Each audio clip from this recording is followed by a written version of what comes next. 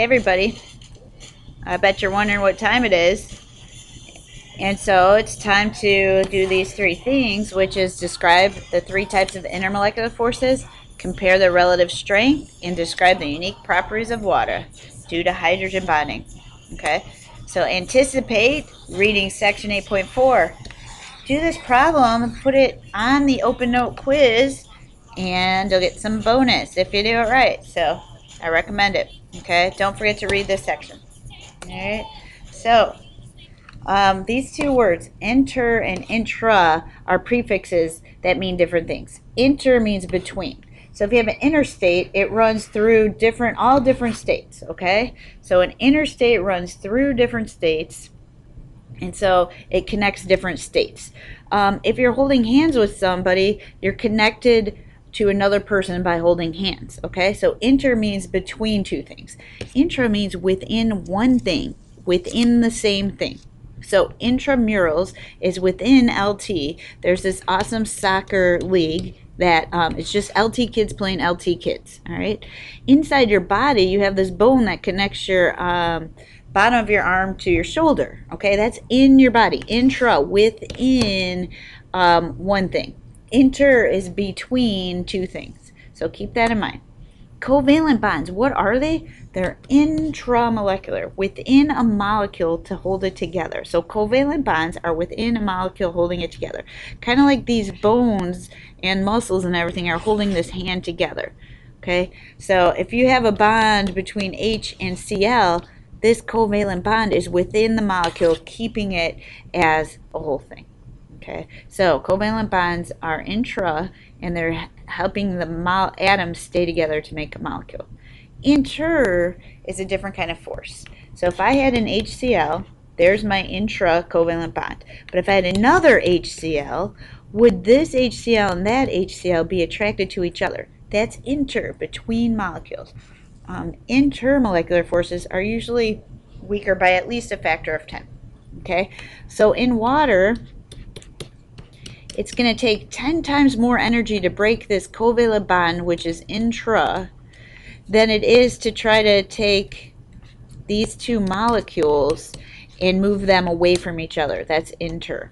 Okay, so intra is much stronger. So if we have superhero, hi superhero Charlie. Okay, superhero Charlie caught Zach right as he was about to fall off the cliff. All right, so how did he catch him? He caught him. All right, he grabbed his arm. Okay, what's stronger? The bond that's holding that superhero Charlie is using to keep Zach from falling off the cliff, or the bond that's keeping Charlie's arm attached to his body and Zach's arm attached to his body. Okay, this one I'm pointing to is actually weaker. That's inter, but what's holding these arms on these people is intra. Okay, so think about it that way, and guess what? Charlie saves Zach. Isn't that beautiful? All right, so how do we know about intra? Intra talks about it's based on polarity, and electronegativity helps us decide the intramolecular force. Okay, so this is a covalent polar bond. I'm sorry, non-polar bond. Who spells that like that? Bond. This is a polar covalent bond. So this is holding two atoms together to make a molecule, and this is an ionic bond. Okay, so these are all stronger than the next things we're going to talk about. How do you decide if it's intra or inter? Also, if it's a metal and a metal, it's going to be something. Non-metal and metal is going to be covalent. And then, oh wait, I just lied. I'll stop lying. Non-metal and non-metal is going to be covalent. And then non-metal and metal is going to be ionic. So that's ways we tell what holds atoms together to make bonds. But then, what holds two molecules together? What's an intermolecular force? What is it based on? It's based on the polarity of the molecule. There are three kinds of polarity. You could have nonpolar molecules, you could have polar molecules, and you could have superpolar molecules. So that's what we were deciding when we were drawing the arrows on our molecules. Okay, so this is water. Water's a polar molecule. Okay, this is carbon dioxide. Carbon dioxide is a nonpolar molecule. So what we're talking about next is the intermolecular forces. There's three kinds of ways we can describe intermolecular forces.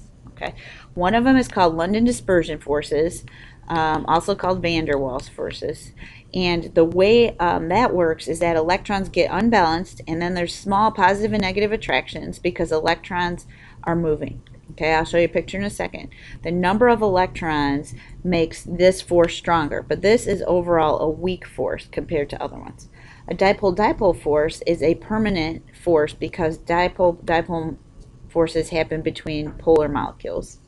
And then a hydrogen bond, H bond or hydrogen bond, is a third kind of intermolecular force that only happens if there's an N, an O, and an F, or an F bonded to hydrogen.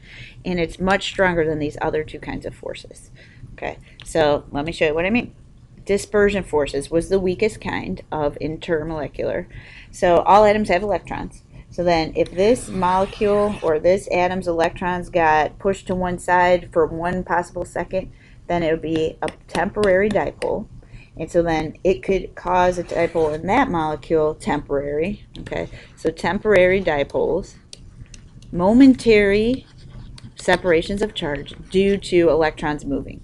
Okay, and so it's called an induced dipole attraction because they're temporary dipoles. So this polarity causes that polarity, but then they go back to being not polar anymore. Okay, so dispersion forces are caused by moving electrons, and they're temporary and they're weak. Okay, what would make them stronger? If you have more atoms, then you get stronger dispersion forces. Dipole-dipole forces. So we said that, I'll do this, N, F, F, F. This molecule would be a polar molecule. Okay, and because it's polar, it's got a partially positive side and a partially negative side. This is permanent. It's a permanent arrow for the whole molecule. So this is a polar molecule. So polar molecules are attracted by other polar molecules because of this dipole-dipole force. It's the force between two polar molecules. It's stronger than dispersion because this is a permanent arrow in a polar molecule. Okay, now this is hydrogen bonding, and hydrogen bonding happens when there are superpolar molecules. So these molecules have to be polar, but they're not just polar, they're superpolar because they have an N, an O, or an F bonded to the H in the molecule. So that's what makes them superpolar. So this molecule is superpolar because there's the O bonded to an H. So then what holds this molecule next to this one? This hydrogen bonding force attracts one molecule to another. Okay, between two molecules, the strongest type of intermolecular force is called a hydrogen bond. You betcha, hydrogen bond. When does it happen? When there's an H in your molecule bonded to an N, an H in your molecule bonded to an O, and H in your molecule bonded to an F. Otherwise, it's not hydrogen bonding. Okay, so London dispersion forces are the weakest kind. All right, you have to be nonpolar. Okay, so this is nonpolar. This is nonpolar. This is nonpolar. So what would hold one of these molecules next to that one? A real weak force called the London dispersion force. London dispersion force caused by unbalanced electrons. Okay. This is a nonpolar molecule. So it would hold carbon dioxide next to carbon dioxide. A really weak London dispersion force. How weak is it? Well, it's pretty weak because carbon dioxide is a gas at room temperature. Dun, dun, dun. Okay. So if there's a nonpolar molecule, the only intermolecular force it would have would be a London dispersion force. Okay, so why are they called induced dipoles?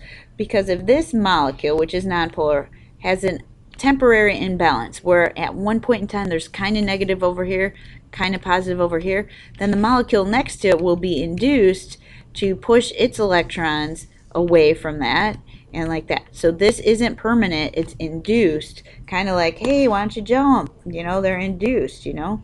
Okay, so London dispersion forces are called induced dipoles because it's temporary, where one molecule causes the other one to temporarily be polar. Okay, which has more London dispersion force? This one, because it has more atoms. So these are both going to have London dispersion forces, but this one's going to have a stronger one because there's more atoms. Out of these two, more atoms. Out of these two, more atoms. So they all have London dispersion forces, but the stronger London dispersion force comes from more atoms. Okay, what's stronger than London dispersion force? Dipole-dipole force. This molecule has one polar bond, so it's partially negative, partially positive, permanently polar. Permanently polar molecule. So a permanently polar molecule will go next to another permanently polar molecule. Alright, oh look, I'm drawing another one with another. Okay, so then the negative side of this molecule would be attracted to the positive side of this molecule. And then that network would continue with these intermolecular dipole-dipole forces. NF3 is polar, so it has a dipole. So then another NF3 would be attracted to it by this permanent polarity. Okay, intermolecular attraction between polar molecules called dipole-dipole forces. Okay, hydrogen bonding, NH3 looks like this. So it's permanently polar. Okay, but it's not just permanently polar, it's superpolar because the N is bonded to the H. Right? Water, same thing. This is a polar molecule, but it's permanently polar. So, and so then if you had another water molecule, it would also permanently be polar and be superpolar. And this is the hydrogen bond, attraction between this molecule and this one. Here's the hydrogen bond for NH3, attraction between this and this. Okay, now it's a superpolar molecule, so this is a super strong intermolecular force. These are not, because look, the C is not bonded, or I'm sorry, the H is not bonded to an N, an O, or an F. In this one, okay, look at this. The H is not bonded to the O, so this is not, these cannot be attracted by hydrogen bonding because there's no N, O, or F bonded to the H. All right, so let's rank them. London dispersion forces are weak. Dipole-dipole forces are medium-medium. That'll help you remember. Hydrogen bonding is the strongest, like the H-bomb, of these three forces. But let's now compare them to, but these are all weaker than covalent ionic. All right, covalent or ionic. All right, these over here are all weaker than our really strong intra. All right. Intermolecular forces affect viscosity, how fast things flow. High intermolecular forces mean high viscosity. You try to pour it, it doesn't pour so fast. Okay. State of matter. High intermolecular forces means solid or liquid. Low intermolecular forces means gas. Volatility, ability to turn into a gas. High intermolecular forces means low volatility. It means that the substance will not want to turn into a gas. Low intermolecular forces means high ability to turn to gas. Turn gas. Okay, what about hydrogen bonding? Hydrogen bonding explains a lot of water's unique properties. Okay, so this attraction between this molecule and this molecule is why some bugs can walk on water, surface tension. It's why water has a high boiling point. It's why water makes places nice in the cooler in the summer and warmer in the winter by a lake. Okay, it's why ice floats on water. So hydrogen bonding allows water to have some very unique properties. Okay, what's the difference? Intra, strongest kind of force, and it's covalent or ionic or metallic. Inter is weaker than that, so these are all greater than these. Okay, but then out of these, London dispersion forces is weaker than dipole-dipole, is weaker than hydrogen bonding. Remember, H-bomb rules, dipole-dipole, medium-medium, London dispersion forces, weaker. Okay, highest boiling point is highest intermolecular force.